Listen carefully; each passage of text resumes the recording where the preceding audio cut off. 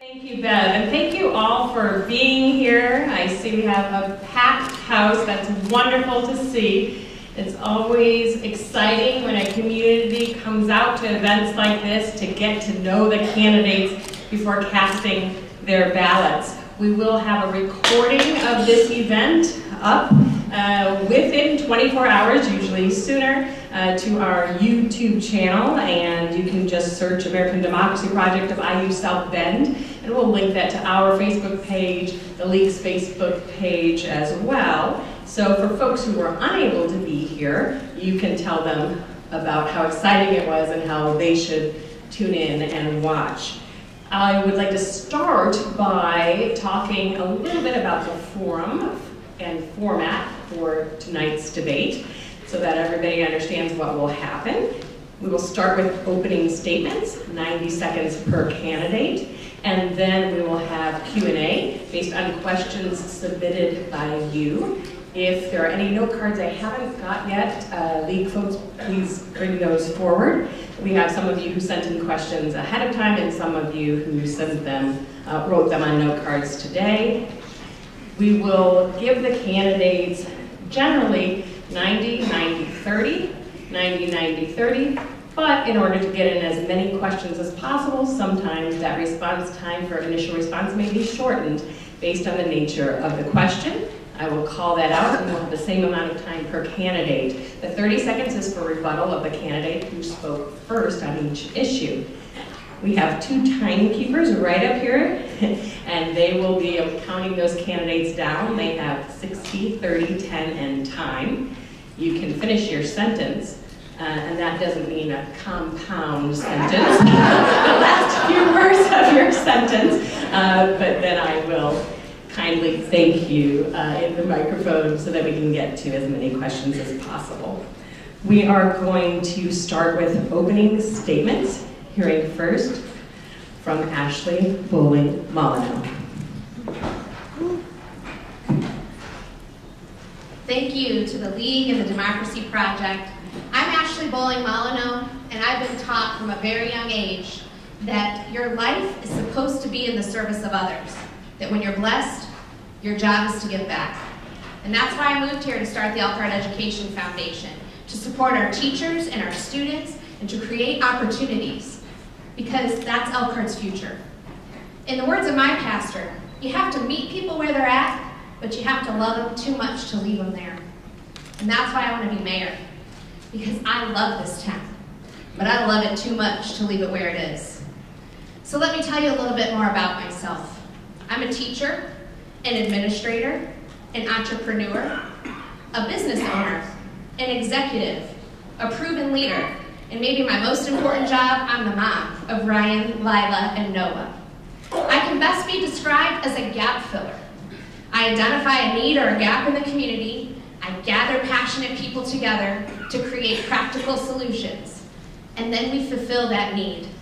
We did that with the Kindness to Prevent Blindness project. We had kids sitting in classrooms who were unable to see. They were not meeting their potential. So we gathered the community resources to take the care they need to them and make sure they had 2 free pairs of glasses. We're unlocking the potential of a whole generation of kids. The city's needs match what my administration has to offer. We must come together while we have the chance to make our community great. We need bold ideas that create transformational change. I'm Ashley Boling Molyneaux, and I ask for your support.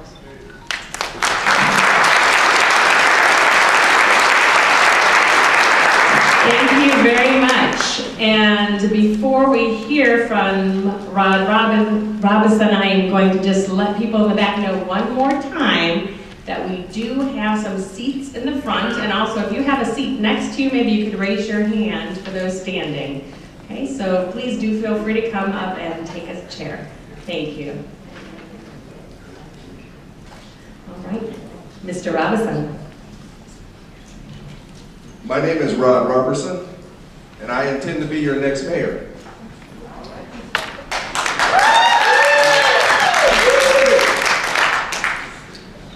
I am the son of a very strong female. My mother was in the community for many, many years. My family was born and raised in this area. We moved back to Elkhart about 20 years ago, and we began the process of raising our kids. I have 4 kids. They have graduated from Elkhart Central. They have strong futures. But this isn't the future that you came to hear about.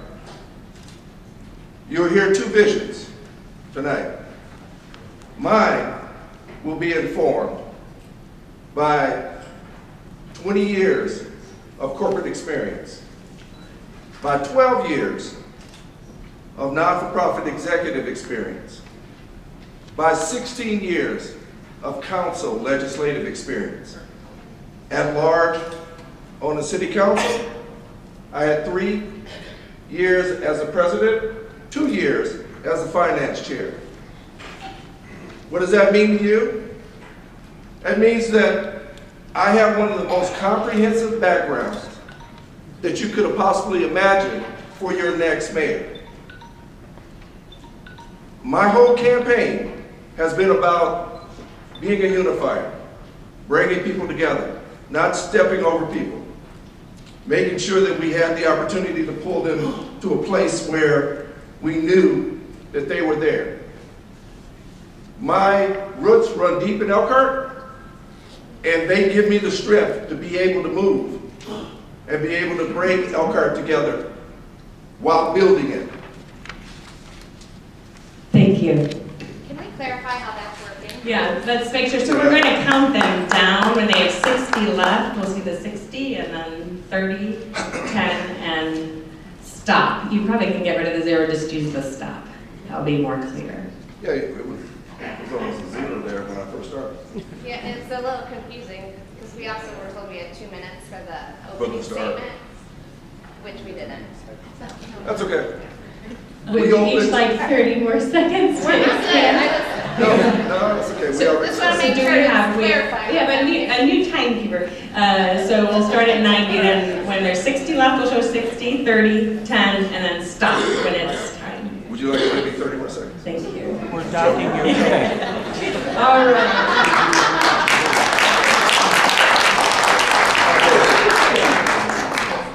Okay, we're going to move on to the first question, and we will start with Mr. Roberson, and the question is, if elected, what will be your top 2 priorities starting on day 1? Well, my first priority 90 seconds. My first priority is working with our police department. It's essential that we restore trust and credibility within our police department. Not from the standpoint of a human incident that occurred, but from the standpoint of understanding that they will be there to make us safe. We need to have a police department that we believe in. I will ensure that we begin on day 1 with a police chief that will allow us to be able to create a community policing relationship that serves our community first, but is ready to protect when required. The incident that occurred that everyone has always talked about was a human incident. It wasn't a guideline, a policy issue. It was a human incident. And it's been rectified by the police chief no longer being there and 2 police officers up on federal charges. We need to move beyond that, and we will. My second priority is bringing in department heads that literally have a serve first attitude. I want to ensure that we're serving this community at a level in which it's never seen before.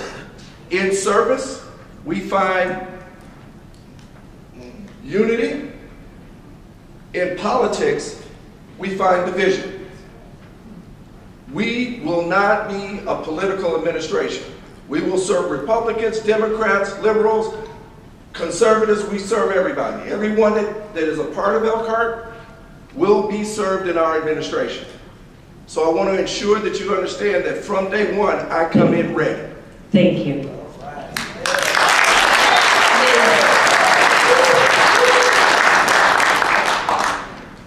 Ms. Boling, Molyneaux. Thank you. My top priority is making Elkhart the place people want to live, not just where they come to work. Thousands of people come into Elkhart every day and commute home to Granger and Goshen. There's something wrong with the perception of Elkhart if that's how things are going. So imagine an Elkhart that brings government and schools and business leaders and community members and nonprofits together to tackle the complex challenges that will create a community where people want to live: economic development, placemaking, neighborhood revitalization, preparing an educated workforce. All of those things are vital to being the place that people want to move their families. And that leads me to my second priority: neighborhood revitalization. I've talked to mayors across the state that have succeeded in turning around multiple areas in their city, not just single ones. What's happening in the River District is great for our perception, but it's not where we should stop. We need to revitalize neighborhoods so that we can shop and bank and eat and play and work and go to school all in the same neighborhood. This includes safe places where people can gather, like the Tolson Center. We have to provide such rich programming through collaborations with schools and nonprofits and the Parks Department that no one can ever again question its impact or its purpose in the community. Thank you. Thank you.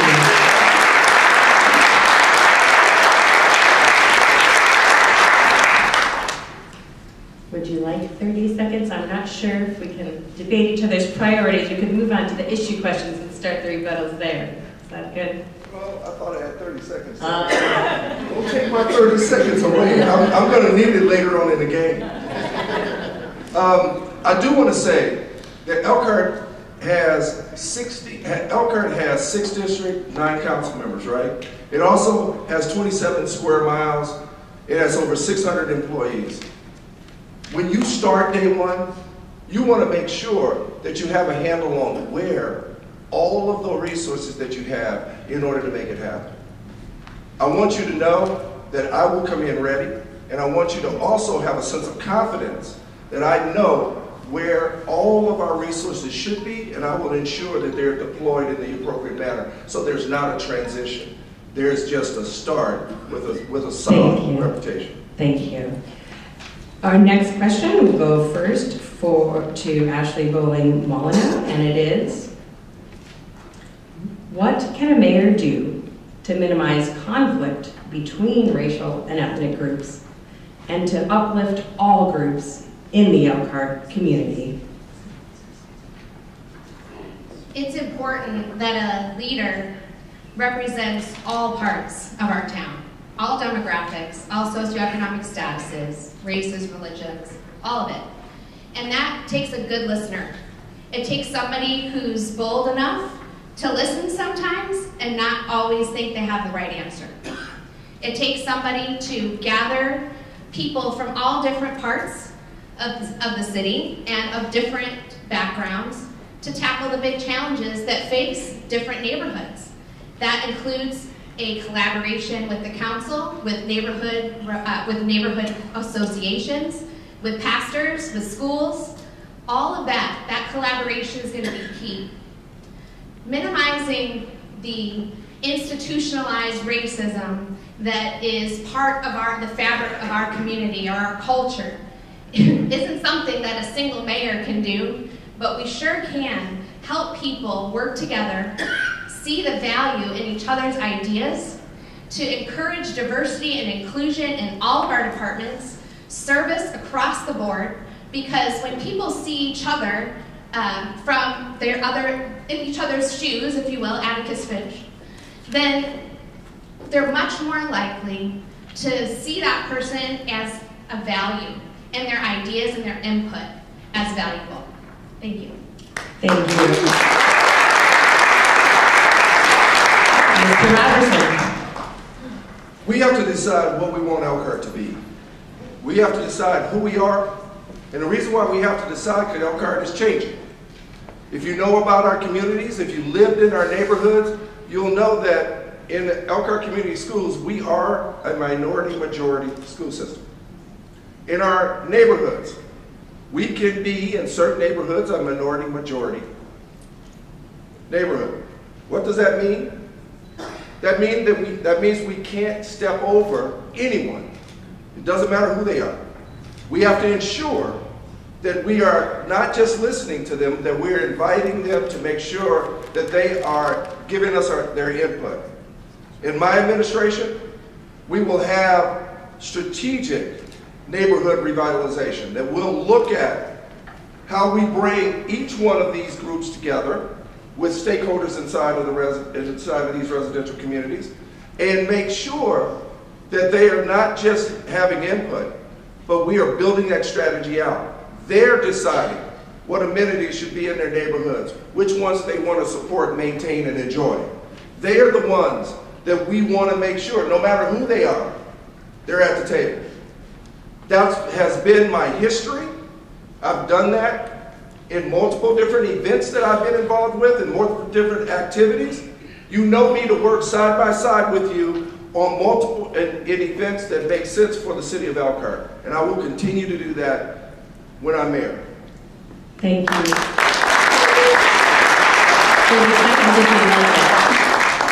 I just want to make sure that we take this one step further, that not only listening and creating these opportunities, but we need to be investing in social infrastructure. These are places like library branches and community gardens and community centers where people gather. And it shouldn't be seen as a budget drain like some members of the city council would suggest, when in fact research has proven that it's actually the best opportunity that we can offer our citizens to ensure public health, public safety, and engaged citizens. These investments need to be made all over town because that's what every neighborhood in our community deserves.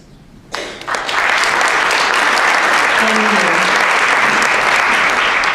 you. Go next to the next question, and it will go first to Mr. Roberson.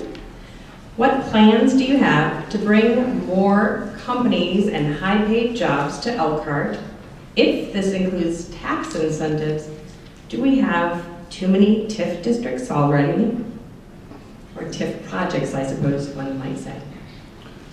When you manage a city the size of Elkhart, there are multiple different incentives inside your toolbox. You have to use a balance of it. You have to ensure that the ones that you're using are effective. We, at one point, when I was on city council, we were abating $10 an hour jobs. The market had became a quality of life where $10 an hour jobs still meant free and reduced lunch. We stopped that. We created a policy working with council members in order to create a formula for companies to be able to determine exactly what they would be abated and the hourly pay that they were coming in Elkhart with.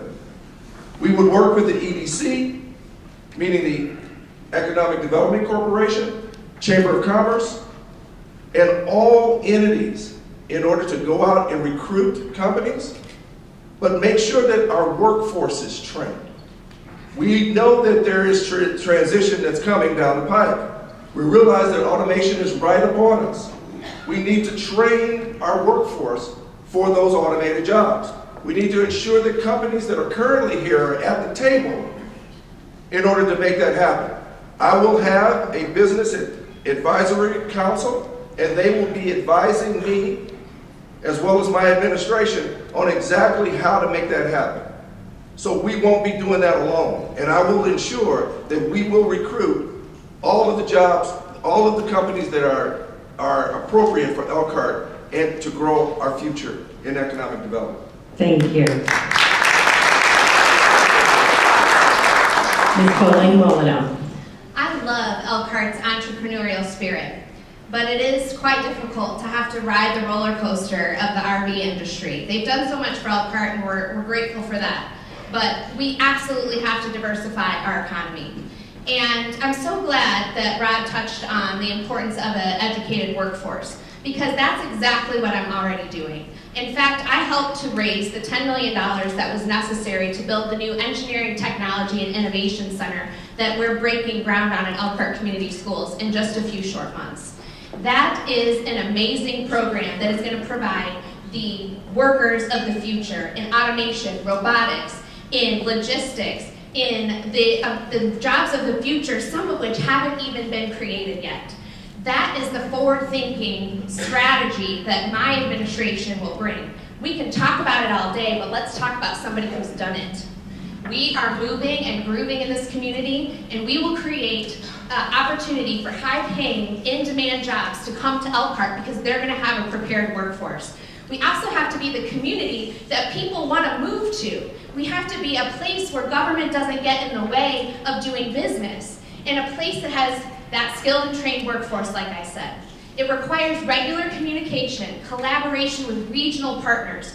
We will work with our advisory councils, the chamber, the real estate community, the tourism officials, to meet with site selectors and show them the value of bringing their companies right here home to Elkhart.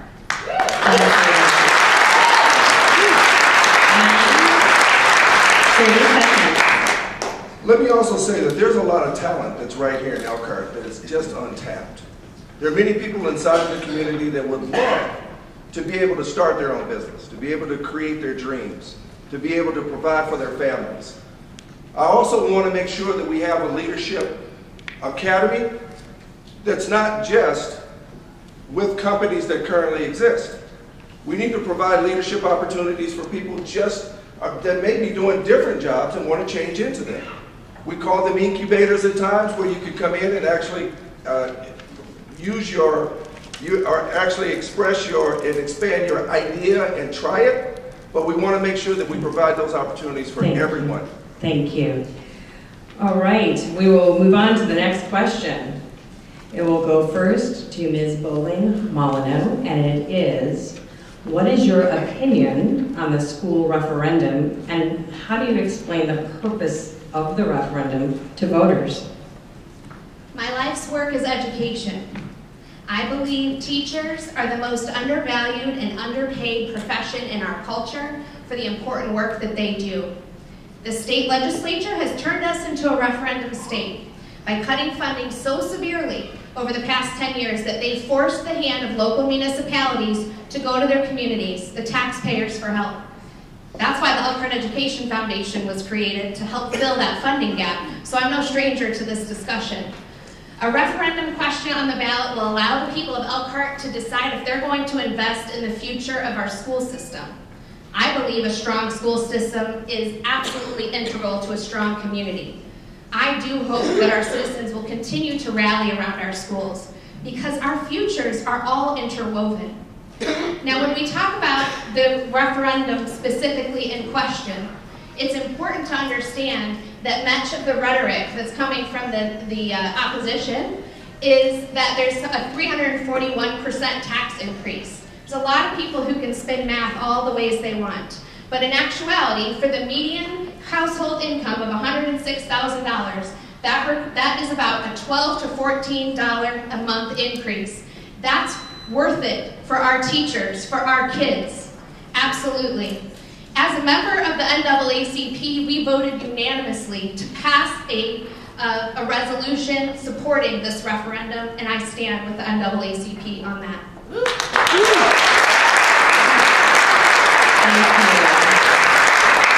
Mr. Roberson. We also have to decide what type of schools we want. Obviously, we can't have a solid relationship with our school system and in our educational environment without having good teachers. So I also would like to see our teachers paid. They need the kind of living wage that allows them to take care of their families just like anyone else. There is a balance. We have some schools inside of our system that are challenged, and we need to ensure that those kids are educated as well. We need to be educated kids at Mary Feaser, just like we educate kids at Hawthorne, or should that be flipped? You decide. Either way, we need to ensure that our school system is held accountable for educating all of our kids as well. So regardless of whether or not you believe that one is better than the other, you know in our system we need to make sure that that occurs. So this referendum will actually bring our teacher competitive wage up to a place where we can compete with our surrounding area. That's important. And you can mix straws about whether or not it needs to happen, but we're losing teachers. We lost over 100 last year, and we couldn't lose more. So we need to keep our teachers. The referendum is a way that we can make sure that they're paid accordingly, but we need to make sure that we hold the rest of the system accountable to delivering on their mission as well. Thank you.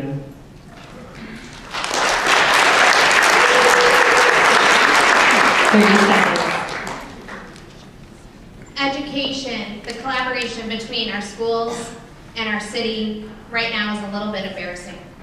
And it's absolutely integral to the future of our community because we are all the same citizens, that we're working together, that we're finding ways to support each other. I'm looking out at a room full of teachers and principals. I see so many of you here tonight, educators. I want to be the mayor that fights for you too. I want to be the mayor that brings the best educational system that we can to our future citizens, because if we don't have that, what's the future of Elkhart really look like?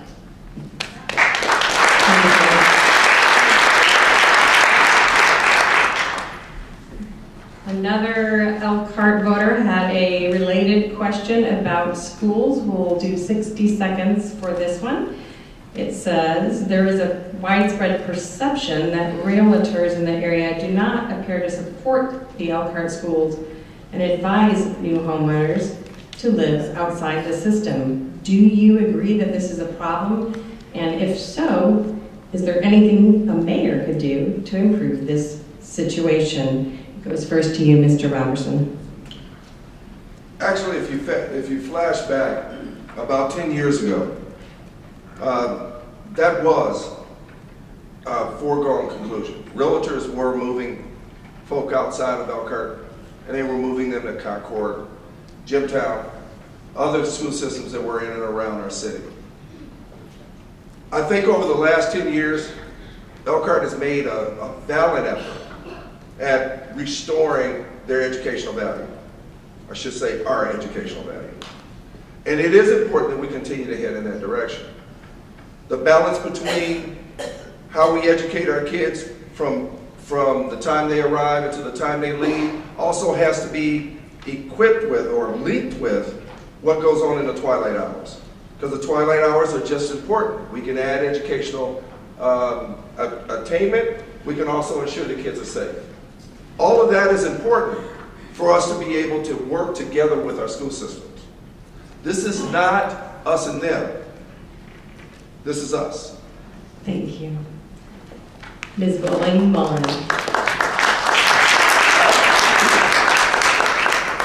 When I was shopping for a home 3 years ago when I first moved back to Elkhart, the first thing I did was check the schools. That's the first thing everybody does when they move to a new community. Is this going to be a place I want to put my kids, right? And I understand the perception that maybe, test scores might be better in a different community. But I'll tell you what, if we work together to become the destination school district, to have programming that's so rich and so wide and varied that nobody can say that that's not where I want my kids.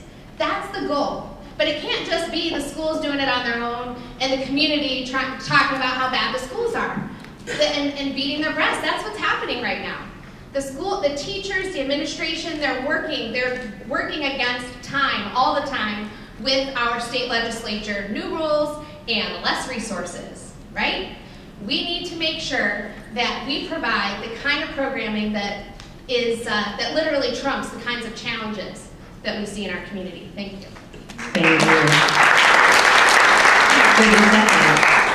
you. Real estate is where the city and the community and the school system come together.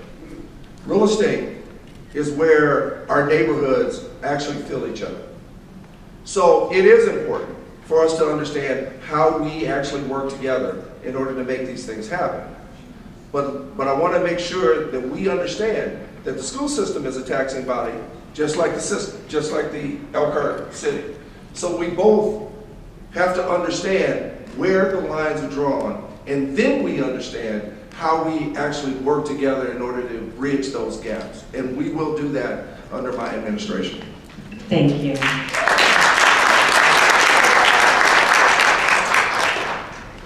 The next question is about taxes, and it goes first to Ms. Boling, Molyneaux. It says, is it possible to lower or hold taxes steady while increasing Elkhart's revenue to provide valuable services to our community? It's absolutely possible to keep our taxes level, because what we need to do is increase efficiencies by using data and technology and lean practices. This is money that can be then reinvested into important programming that's going to be a benefit to not only our youth, but our seniors, our new families looking for new homes. All of those programs that I talk about as being integral to a positive moving forward for Elkhart can be funded without raising taxes. There's a lot of ways that we can create efficiencies that keep money able to, in the coffers, like our city council likes, and be able to reinvest them in new ways to create awesome opportunities for our students, our seniors, and our young families. Thank you. Mr. Roberson. The city's taxes have not gone up. That's misnomer if you think they have. The tax multiplier stays the same. It actually raises based on whether or not we accept it at a higher level or not. We don't raise taxes. We raise fees. There are revenues that come into the city that can be efficiently managed. And there are places where we can look to expand our revenue. There are properties that we have, that we hold, that we literally could break revenue in on. We want to make sure that our city is livable, so we don't want to charge exorbitant fees for park pavilions, for the usages for usage of the amenities that we currently have that we pay taxes on. So we want to keep that at a level rate. We will. But we want to make sure that we have an opportunity to continue to drive the kind of relationship that we left the city with when the last administration was there. Last administration left the city with positive cash flow. We had over 70 million in revenues, and I think we're at about 38 as we speak, 40 million in cash reserves right now. We have the opportunity to do things without raising taxes, and I think we will. Thank you.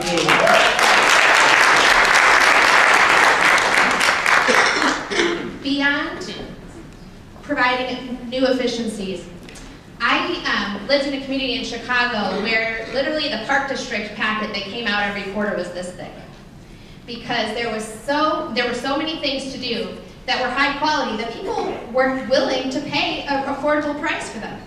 There are things that we can offer through the help of nonprofits, through the help of our amazing school district that can create new revenues that you haven't seen before. For instance, I started a day camp for the Elkhart Education Foundation that grew by 400% in a single year because it was an entity that was needed. And I'll tell you what, that was a great fundraiser for the Elkhart Education Foundation. There are lots of different ways we can do that for Elkhart as well. Thank you.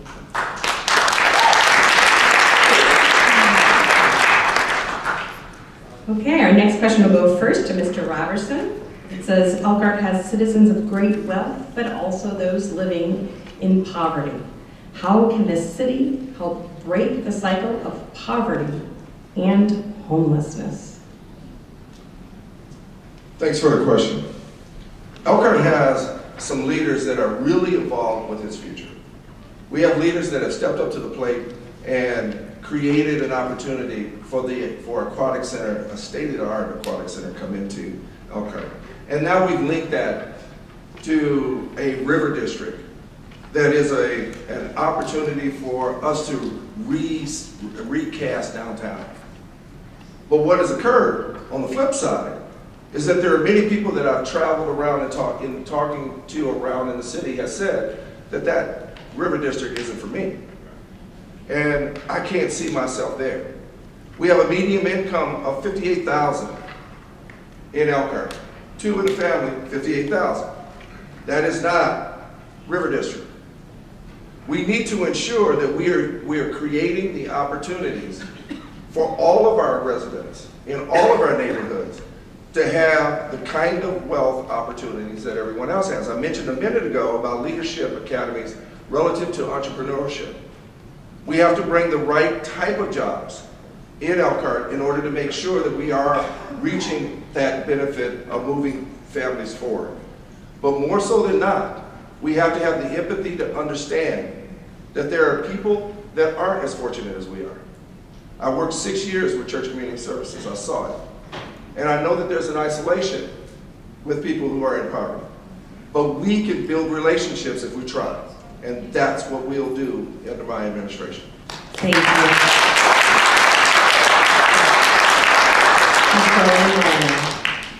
I agree. We're blessed to have a vibrant downtown.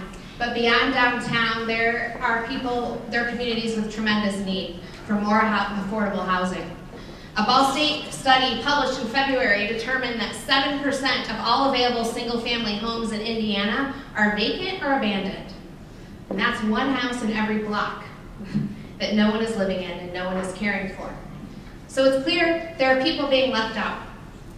And homelessness is a problem. Not because people are homeless, that's a symptom of the problem. Okay, let's start talking about how to treat the cause.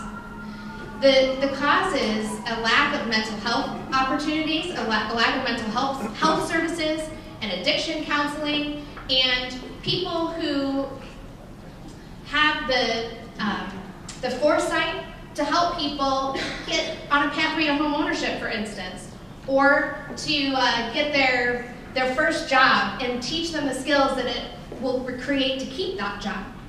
So we have to work at the root of that problem. We have to make sure that we're providing opportunities for new affordable housing, but that means we have to get rid of some of the blighted properties so there's room for that. We have to establish a customer-first approach when it comes to effective code enforcement and get our public safety in a trusted position with the community. All of those things will lead to more housing opportunities. Thank you.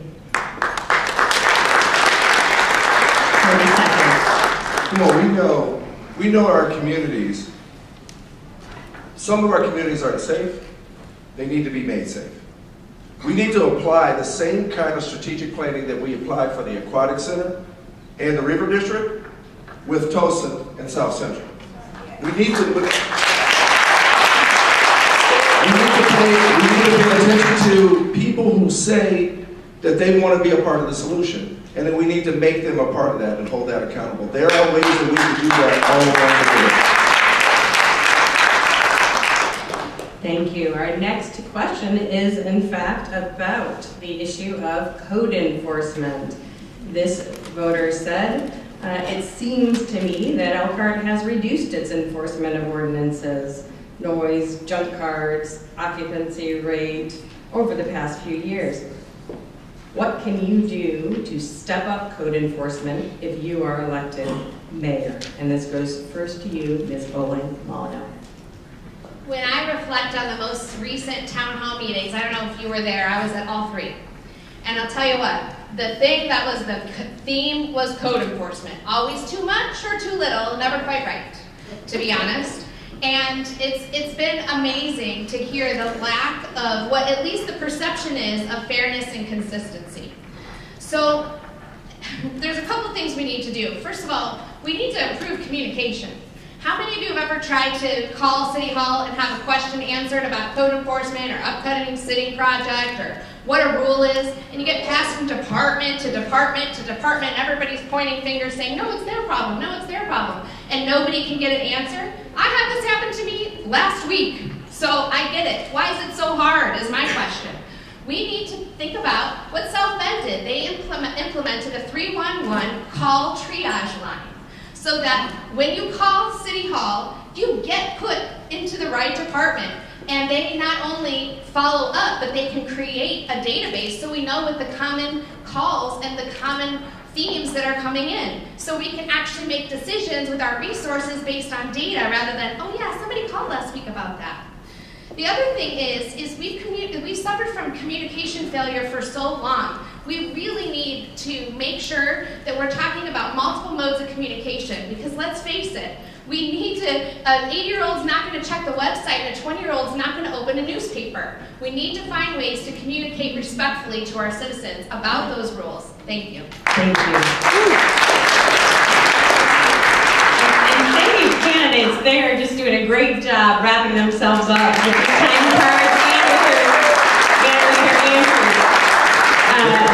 answers. 60 seconds, They Mr. actually Roberson. look pretty mean down there, so we want to make sure that I come up here and snatch the mic out of our hands. Code enforcement has always been a challenge. I mean, we have neighborhoods that are blighted. We have some neighborhoods that are medium income. We have some neighborhoods that don't need as much code enforcement as others. It's a balance. We have to make sure that our code enforcement has the right kind of balance with the tickets that they write, the things that they treat as violations, and create the standard among each and every last officer in each and every last neighborhood. When I was in the, I've talked to homeowners, and I've talked to rental owners, landlords, and they all say that we need to find the appropriate way that we apply the rules. We need to understand who's there. It's important for us to, I think, relook at rental registration. We need to ensure that we apply it the right way. And if we do, we'll move our communities to a solid housing look, which is what we're trying to accomplish. Thank you. So on my listening tour with the community, somebody actually brought a great idea to me. And the idea was to be as transparent as possible with code enforcement, which would mean to publish a calendar on the website that everybody knows what neighborhood the code enforcers are going to be in coming up. Because guess what? Don't you think people might actually clean up their areas before that's going to happen? I mean, come on. It's a start of an idea, right? It's not fully fleshed out, but being fair and consistent is also really important, because we need to be thinking about what's called compassionate code enforcement as well. If there's somebody who can't afford that roof, that 80-year-old woman who can't afford the roof to be fixed, then we need to be helping them find grants and ways to do that. South Bend's already doing that, and we can too. Thank you.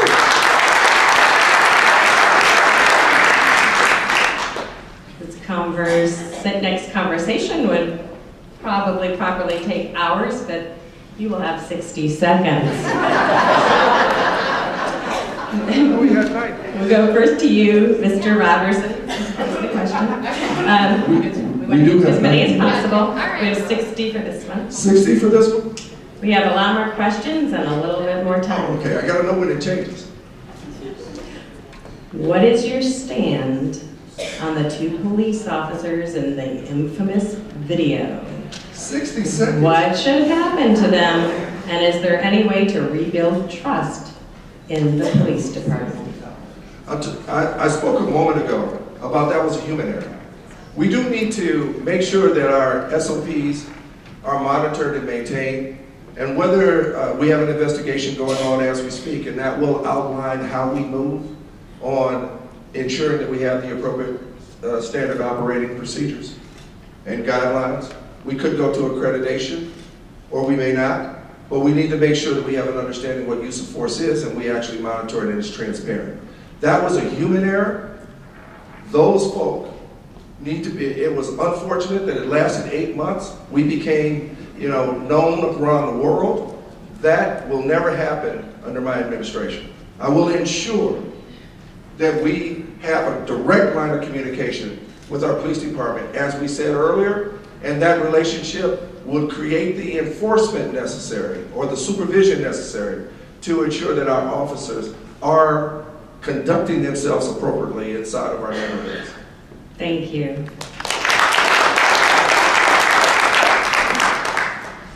That situation was a clear violation of civil rights.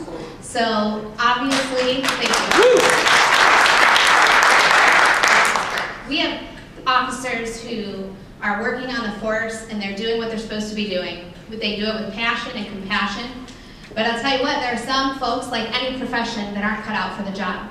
And we don't have a system in place to differentiate that very well right now. So what we need to do, thank you, I'm trying to keep my time. What we need to do is make sure that they are properly accredited by their oversight organization, CALEA. And that absolutely would be the very first thing that I ask, because it will help us, the community, to understand that the Elkhart Police Department protects the public safety ethically and professionally. Our officers also need to be intentional about community policing. It's hard to connect with people from a cop car. We need to get them out on bikes and on foot and building relationships. And lastly, we need to make sure that they have access to certified mental health professionals, because PTSD is real, and if we work to create opportunities that will help them with the mental stress of the job, then some of those disproportionate things might not happen.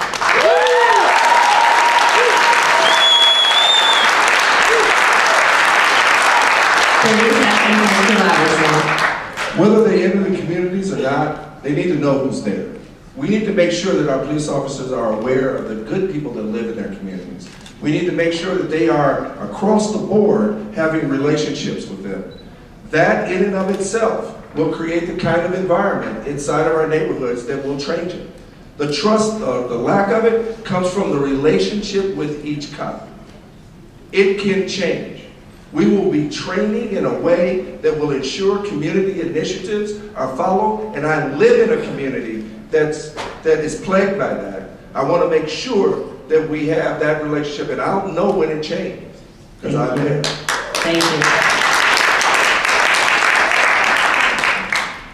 And we can go until 8 and have the reception after, is that correct?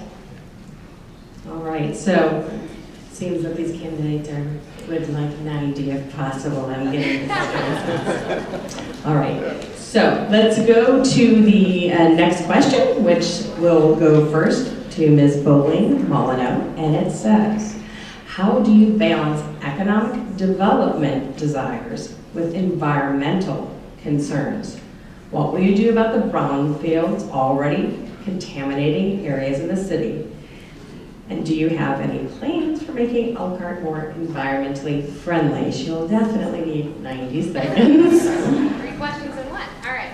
So environmental concerns and economic development can go hand in hand, because we could be recruiting companies that are environmentally friendly. Think solar, think wind, think about the ways that we could create carbon credits for ourselves.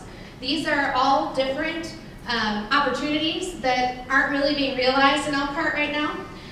So they can go hand in hand. Absolutely, the brownfields are an expensive remediation problem. That's a problem that has, been part of our community because we are an industrial community.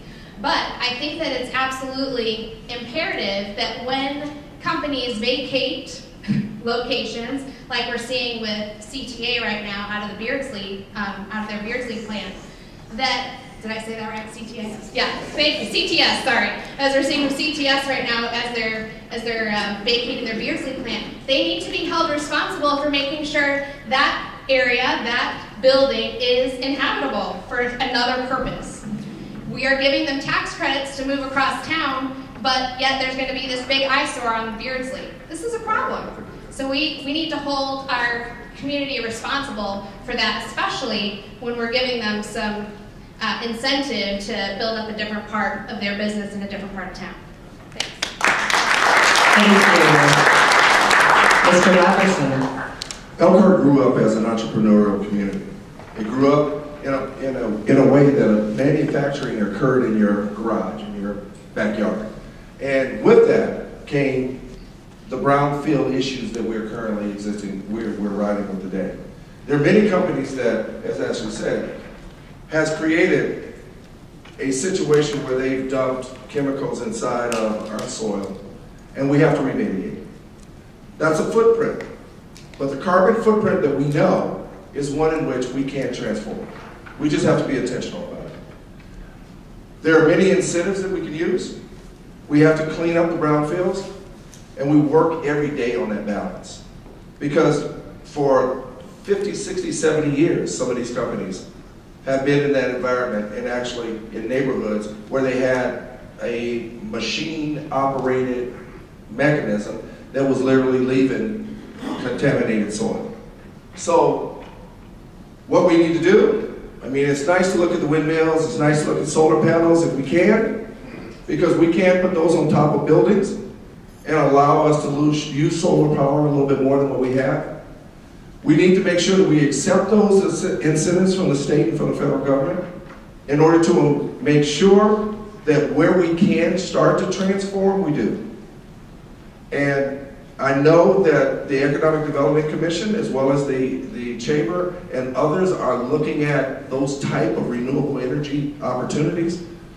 We just have to be mindful as administration, and my administration will be. Thank you. 30 seconds. Utilizing the opportunities that come to us is great, but we also need to be specifically seeking them out. And that's why we would create a committee that would look at that would look at every grant possible, work with our amazing talent that we have right here, but also the talent on the outside of Elkhart that already is doing this very well in other communities. I'm so sick of working in a silo. That's what's happening in Elkhart all the time. We need to be reaching out, seeing what's happening in other communities, learn from their successes and failures, so we don't have to reinvent the wheel right here in our community.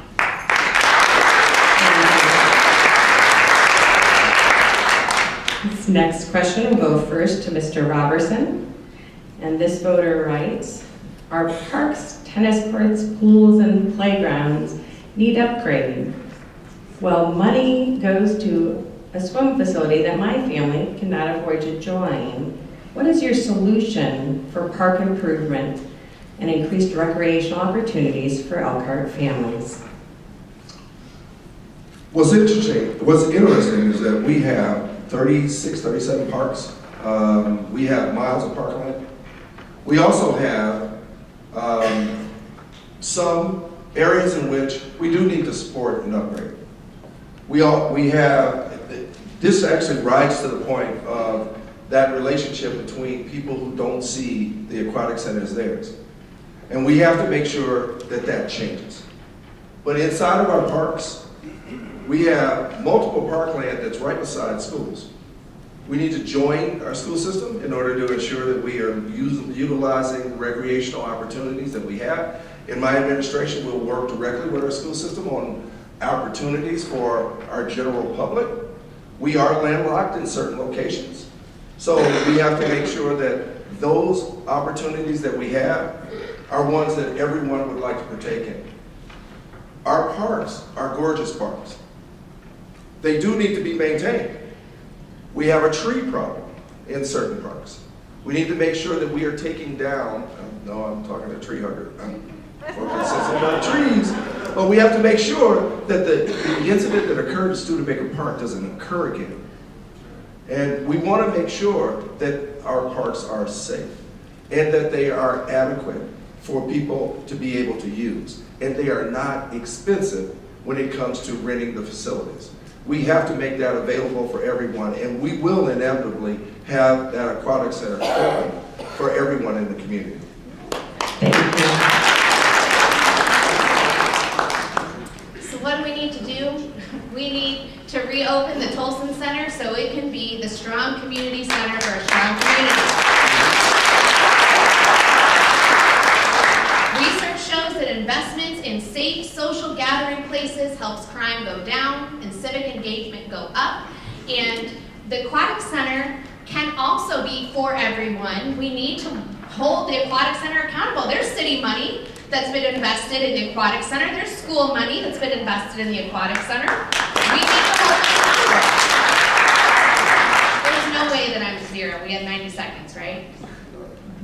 I think the time card got messed up. You're at 60 or 90? I literally been talking 20 seconds. Go ahead. I thought we had 60. So, It was 60. what, 1 minute left? Thank you.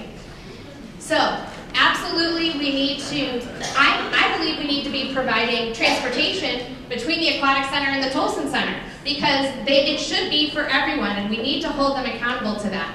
But people often say, well, that's a nice thought. How are you gonna fund it? How are you gonna keep Tolson Center open? Well, first of all, I believe it's the city's responsibility to maintain a safe, well-kept building that's appropriately staffed. But I also believe that there are community partners, business leaders, the Chamber of Commerce, the Community Foundation, all waiting with bated breath to invest in an actual plan. And they want to. I have a great deal of experience in raising resources to accomplish worthwhile projects. The other thing is we can utilize our nonprofits to provide the expert programming that the Parks and Recreation Department isn't necessarily the experts of. Let's bring in Premier Arts and Big Brothers Big Sisters and Junior Achievement to provide that programming. That makes it not only affordable, but it makes it sustainable for our future.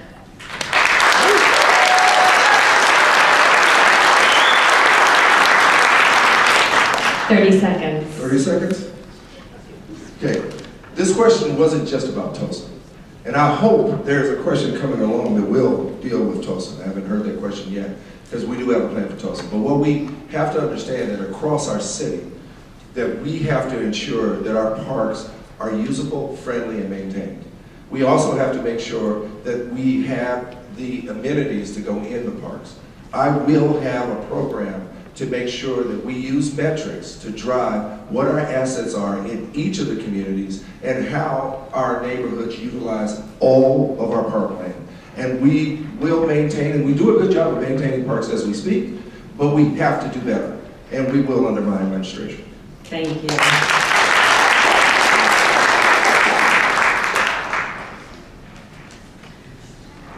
Well, let's go ahead then and ask that question about the Tolson Center. And this will go first to you, Ms. Boling Molyneaux. And it is, what do you see as the future of the Tolson Center? The best way to honor the legacy of Tolson and the Tolson family is to give it a bright future. And we need to reopen Tolson. I've said it probably 3 times. But it has to serve the community as a true community center. So it's serving our community from the cradle to the grave. It needs to have one-to-one mentoring for our students. Youth should get tutoring and access to varied activities and athletics and the arts. Adults should have access to resume building classes and interview skills workshops and pathways to home ownership mentoring, ESL classes, computer coding. Our seniors, we don't have a senior center. That's unacceptable. Our seniors should have a safe place to gather, to reminisce, to craft, get the services they need. Let's not stop at the doors of Tolson, though. We need a whole corridor of recreation on the south side. Starting with upgrades to Pierre Moran Pool and the surrounding athletic fields, let's utilize the Roosevelt Center and the schools and the parks to provide programming that will serve to lift up our entire community. This is possible with the sustainable plan I talked about and making other programs lean so that we can create the rich programming that will lift up our youth, our families, and our seniors. Thank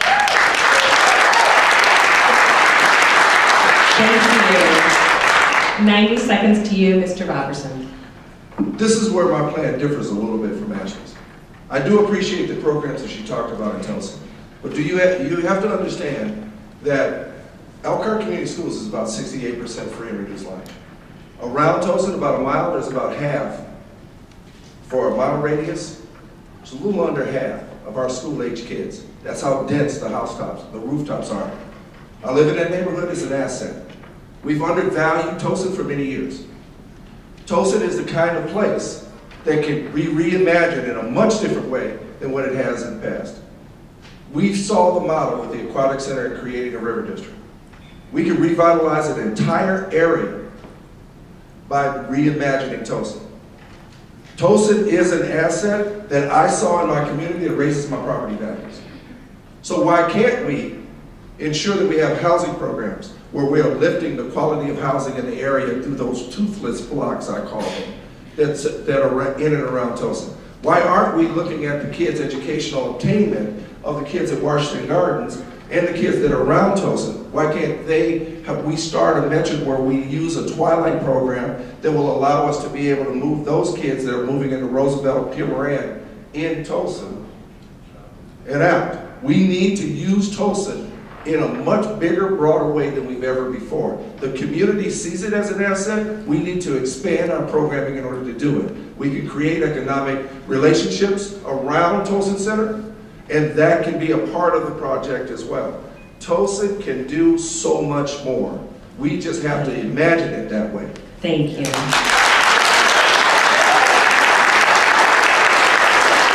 I'm sure you said this to you. I agree. Tulsa can and will be so much more. It needs to be the hub of a wheel, where on the outside of that wheel, we're finding new investments in small businesses. Do you know that there's been almost no ribbon cuttings for minority-owned businesses in the past 2 years? That's a problem. We need to, a vibrant community center will also bring new opportunities for housing. Vibrancy in a single area makes people more confident to invest. That's what we can do in the South Central corridor. But it has to start with a community center that's vibrant and working for everyone.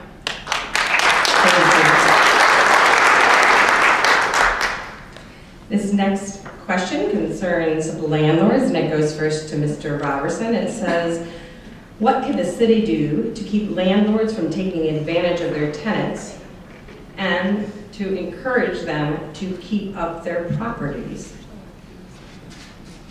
I spoke a minute ago about landlord relationships.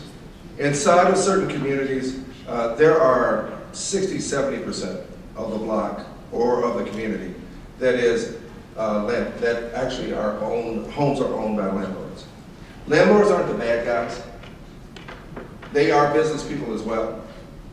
We have a lack of affordable housing. We need to address that concern. We do not have rental registration. We had it, it just didn't work. We couldn't figure out how to make it work. We will figure out how to make it work under my administration. We will figure out how to bring landlords to the table and make sure that the 10% or 20% that's of the 80% that are good are making sure that they are serving the community in a much bigger, broader way. Our residents can't be held up. When a tax increase occurs, it affects landlords. When property values go up or down, it affects landlords as well. But the residents that live inside, we have to ensure that they have safe, affordable housing. And we want to make sure that we do that in a way that brings that relationship in balance, not out of balance. Because either way, it's going to hurt that community that's involved, that's in that neighborhood, if those landlords do not follow the guidelines that they should. Thank you. Ms. Boling, Molyneaux. So, I've met with several landlords actually, because I wanted to understand what it was like to own 40 properties, 100 properties, and what that means for business, and also what it can mean for a neighborhood. Obviously, a lifetime of renting can really be a drain on a person's financial sustainability and their generational wealth. And we need to find ways to help people get into those starter homes. But that also will require finding a bigger stock of affordable housing in our different neighborhoods. As far as landlords and code enforcement goes, I've been interested in this because so much, there's a lot blamed on, well, the landlords are like slumlords, they're not keeping up their properties. And I think to some extent that might be true in some cases. I do also believe that when you bring them to the table, they seem like pretty reasonable people asking for communication. So often it boils down to a lack of communication and collaboration. And I know those are two words you keep hearing from me because that's the theme of our city, a lack of communication and collaboration.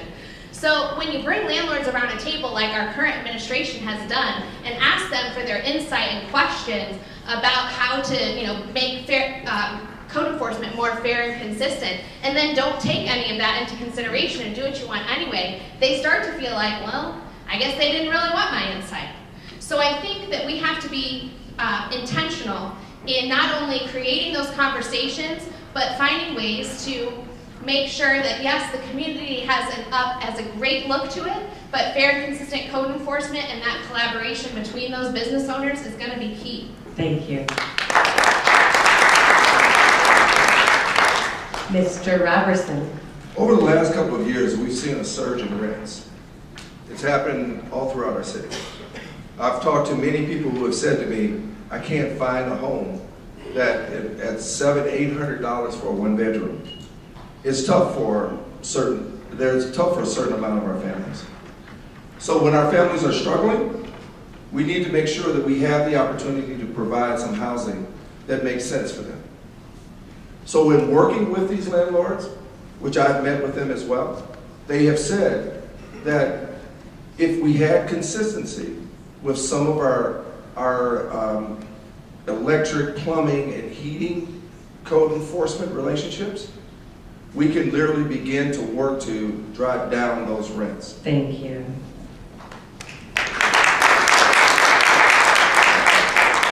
The next question is about the relationship between the mayor and the council. And this voter said, I attended the Common Council Forum, and it seemed there was a widespread perception that the relationship between the mayor and the council is contentious. How would your administration change that, no matter who is elected to the Common Council? And we start first with you, Ms. Boling, Molyneaux. First, we need to be willing to drop the partisan rhetoric, because politics has gotten in the way of progress time and time again in Elkhart. That's why my campaign color is purple. I don't care if it's a red idea or a blue idea. I want it to be a good idea for Elkhart. So that blend of red and blue is going to be very important when we're talking and working with the council. The other thing the other way the current administration has fallen a bit short is their lack of collaboration with the council.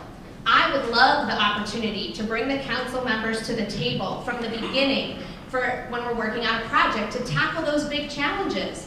That way there's buy-in, there's ideas exchanged, and there's no surprises when it comes to the budget.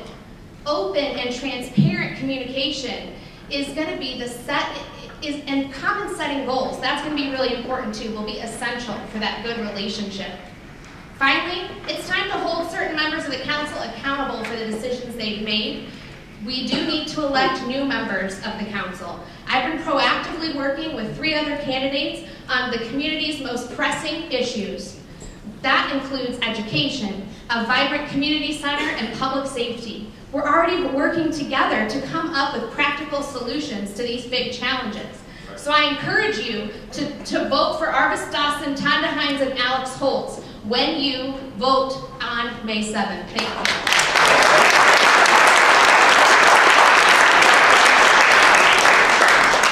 I've had the opportunity to work in Democratic councils and Republican councils. Wow. Got the opportunity to work with Democratic mayors, Republican mayors. If you lead and you have a vision, we'll move the city forward no matter who's the council. We need to make sure that we have the appropriate leadership in the office, and then we set the guidelines for how we work together as a council. Communication and transparency, just like we talked about in the police department, has to occur in this relationship within the council. There are 9 council members that are elected by all of you. There's no way that you're going to get all of them to think like me. So it's my job to make sure that I'm guiding a vision process that allows the council to be able to see where the city's going. It would be great. I'll tell you what, this particular administration had 7 Republican council members.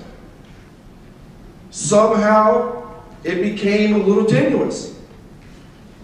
So don't think that just because you get a council member that's in your party, that you have somebody that thinks like you. I will not. I will make sure that we're driving a vision for Elkhart that you've given me, and that we will grow together and govern together, and we will make sure that happens along the way with the council, because it takes that communication, and I'll have that communication with our council.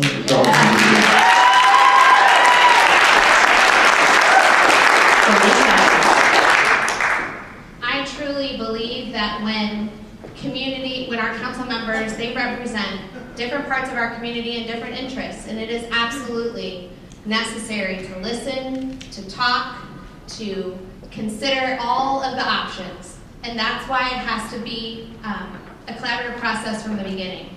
Absolutely, the leader, the executive branch, has to lead, has to cast a vision, but there's great vision coming from our council and their neighborhoods as well. So that's an absolutely integral relationship. It's going to be important that we put down all the stuff of the past so that we can move together forward for Elkhart.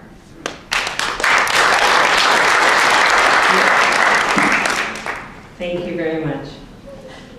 This person had a question that is a bit more unusual for a mayoral race. It says, what is your stance on the separation of church and state? What role should faith play in a politician's decision-making? Goes first to Mr. Roberson. That's interesting.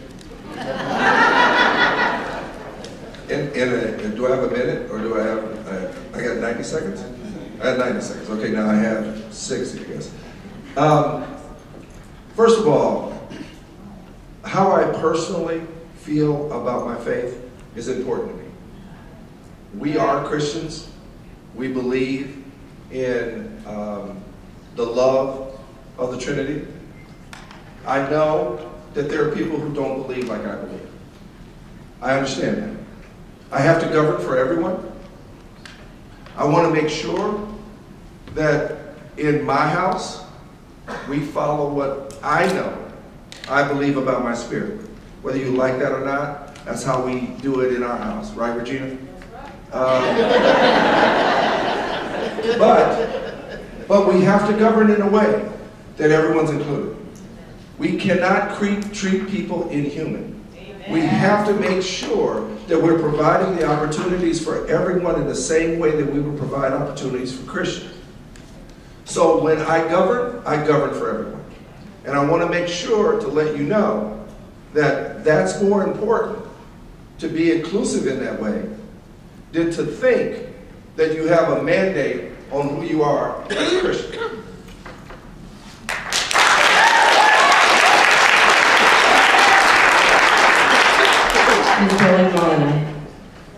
I too have been formed by my faith, and I love with the kind of agape love that you can't do anything about. I love you no matter what.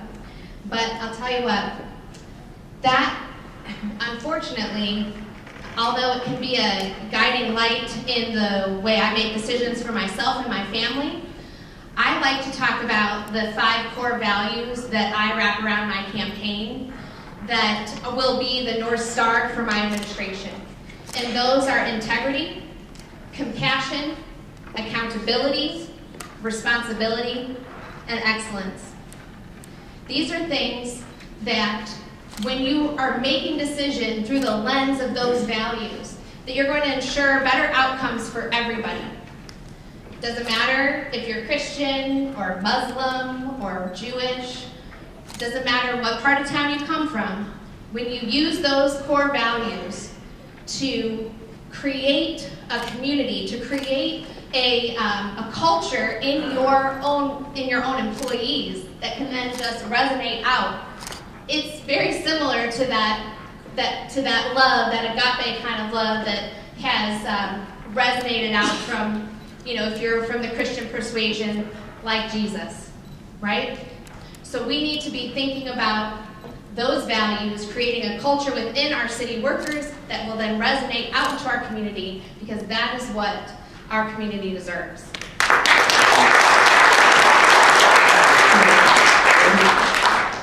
Now let me tell you how the faith or the service of it bubbles out or extends out from an administration. If you look at my campaign literature, you'll see that I talk about service first. I talk about a public relationship with service. In service, you unify. In politics, you divide. But that's pulled through it's going to be pulled through by the hiring that we choose to hire. We will have all of our departments trained, evaluations done in how they treat you as the public, and make sure that we are literally making you feel like you are part of it. You are an extension, or they are an extension of you. And that's so important for a community to have. And it will be effective in my administration.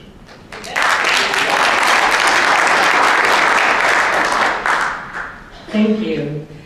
We are actually going to do 60 seconds for this because we still have a few more questions and we do want to stay on time.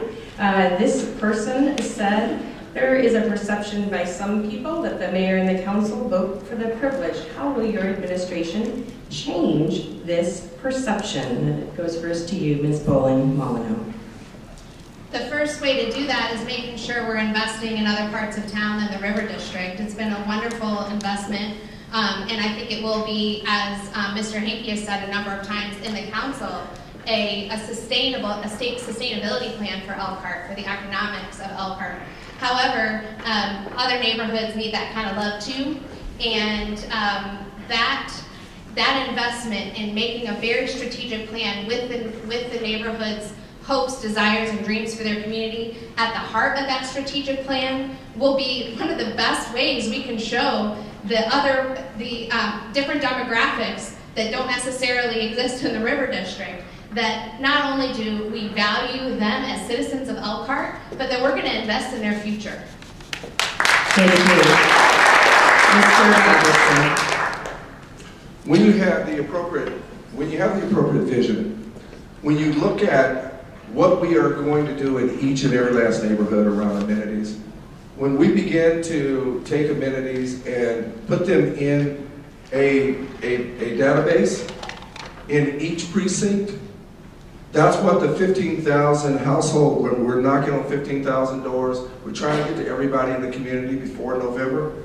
We want to make sure that we create a database that would have the amenities in each and every last community. Our 6 council members will be working hard to ensure that you have a stake in what those amenities are in your particular district. We want to make sure that we look at this together so that when we bridge the gap and we come together as a legislative body and an executive branch, that we know what you want inside of your neighborhoods. And we have already taken that approach with how we've campaigned. So this is an inclusive campaign. The council will work together as long as we are communicating and we are serving you. And that's what we'll do under my administration. The next question concerns tax abatements. What should the requirements to receive an abatement be? Should there be certain wages or affirmative action measures attached? And how can we claw back the money if people do not meet their goals after getting a tax abatement? Mr. Roberson. Well, we already have a process in place to claw back. So that was done. Matter of fact, that was done when I was on council. So we've created that. The issue now is ensuring that we have businesses that want to move into Elkhart, and whether they want a tax abatement or not, they may want other, because tax abatements come in personnel and in inventory. And so what we want to do is make sure that we're matching up the abatement with the right company. We want to make sure that we have the kind of relationship with the attracting, about whether it's us attracting the company or whether it's the EDC. We want to make sure that we're using the right tools in order to make it happen. The abatement is the abatement. I mean, it's pretty brass tacks. We can apply some incentives. Some incentives for the company to do well, but for the most part, it's about bringing good paying jobs. It's about making sure that they have adequate space, and it's about making sure that their equipment is ready and available for them to be able to grow. And that's what we'll do. Thank you. Absolutely, if we're going to incentivize new businesses to come, they should have to live up to a high standard.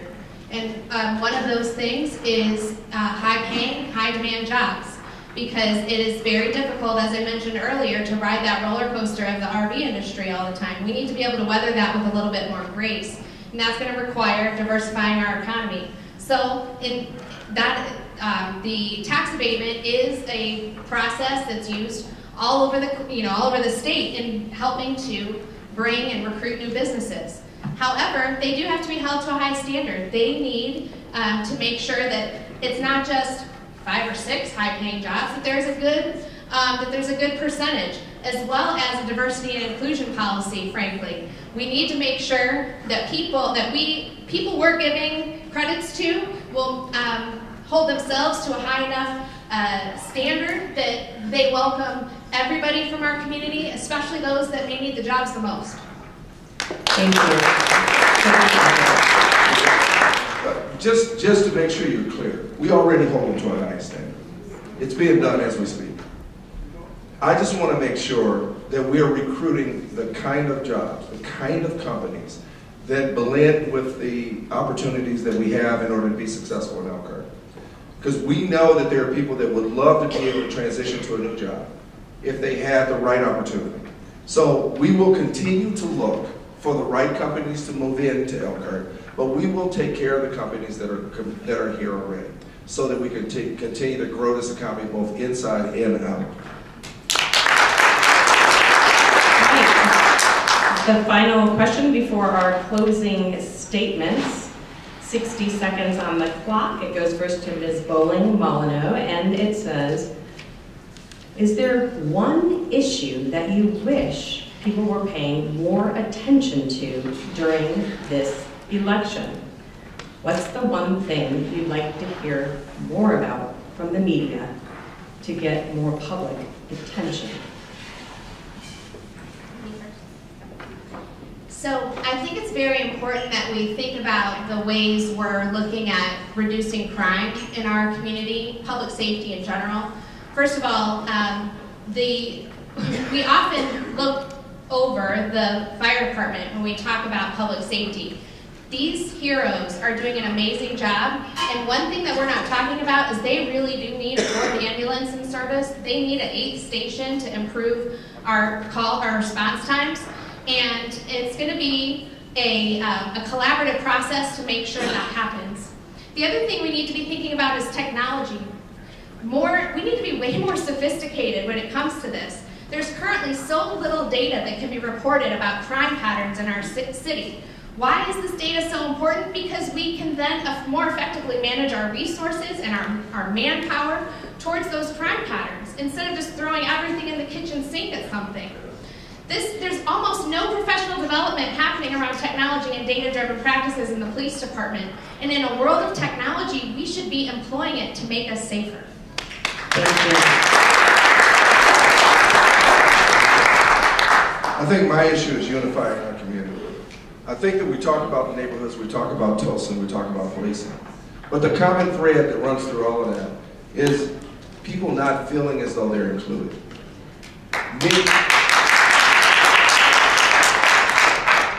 Many people live in our community that don't look like us. Many people are in our community that speak another language.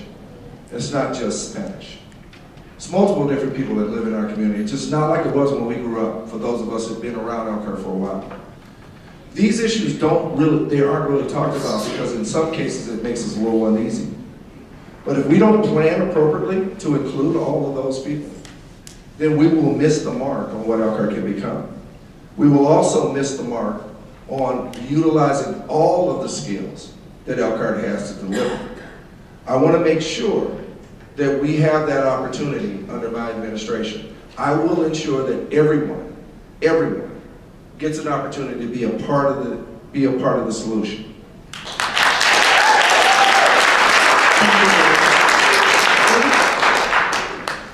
Brad and I have the same heart in what we want for the community, that's for sure.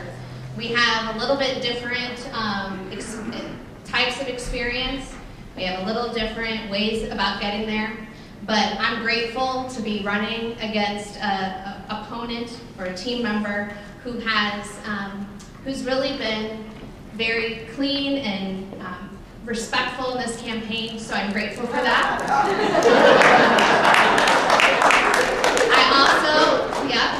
I also want to say that I, too, it is very important to me that I'm everybody's mayor, that nobody gets left out, that inclusive practices and Diversity is at the forefront of our mind. That's something that's on my heart and will absolutely be an important and integral part of my administration. Thank you.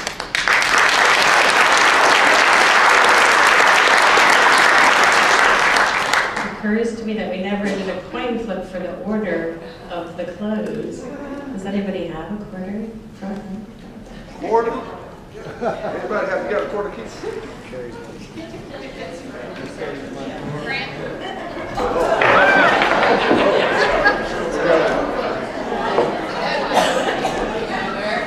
Now that would have been impressive if I would have caught it midair. First I thought it was two heads, but who said that? All right, who wants to call it? I will. Heads. It is heads. Would you like first or last? Last, please. All right. So, and just to clarify, because we did have, I want to make sure my moderator notes here are right. Were you told 1 minute? What was the time that you were told? 1 minute plus 60 I believe seconds. 60 seconds. All right, we have agreement. But since I got 30 seconds, I got 60 seconds to begin. All right, 60 seconds each on the clock, or if you keep talking, I'm going to count against your time. I lost 30 seconds in there somewhere. All right, so we will, based on the coin toss, we will hear first from Roberson. Everywhere I go, since I started this campaign, people have come up to me and asked, or have said, Rod, this is a natural extension of who you are. You relate to people well, you talk to people very straight, you're authentic when you speak, and I believe that not only are they right about that, that's what has made my campaigning fun. I typically have campaigned, I was 16 years a council person, so I ran 4 terms, and I was elected citywide 4 terms. So I've talked to you in this way before, but as mayor, when I asked you for your vote, it seemed to be just a little different for me. Then I had to find the kind of voice that I knew I had in order to make you believe that what I'm telling you, I believe. I believe Elkhart can be the very best city that you've ever seen. I believe that you can help it make it happen. I believe I can govern in a way like you've never seen before. I am not running to be the first African American mayor. I'm running to be the very best mayor the city has ever had. I'm ready to work with you along the way.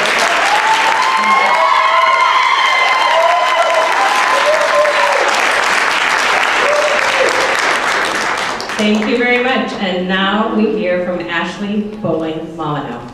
Thank you again to the organizers and the sponsors tonight, and to every one of you, because you know the importance of this primary and the next 4 years for Elkhart. We've lived too long in the past in Elkhart with a mentality that says, well, we've always done it this way. I'm not part of the political past. I realize that makes me an underdog in this race. It's time for fresh energy and a new perspective, for someone with the stamina to go the distance for Elkhart. I was raised here, and I'm raising my family here.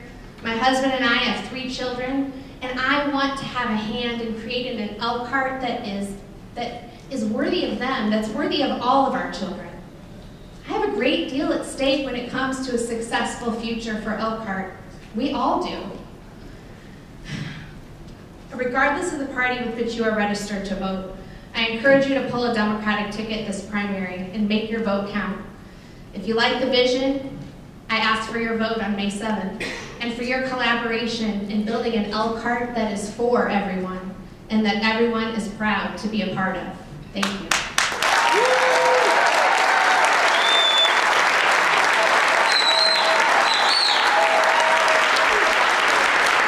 Thank you all. Please give us your contact information if you want to know about future events. You have website information on the back of your program. You're invited to join the candidates for cookies and informal conversation. One more round of applause for both candidates.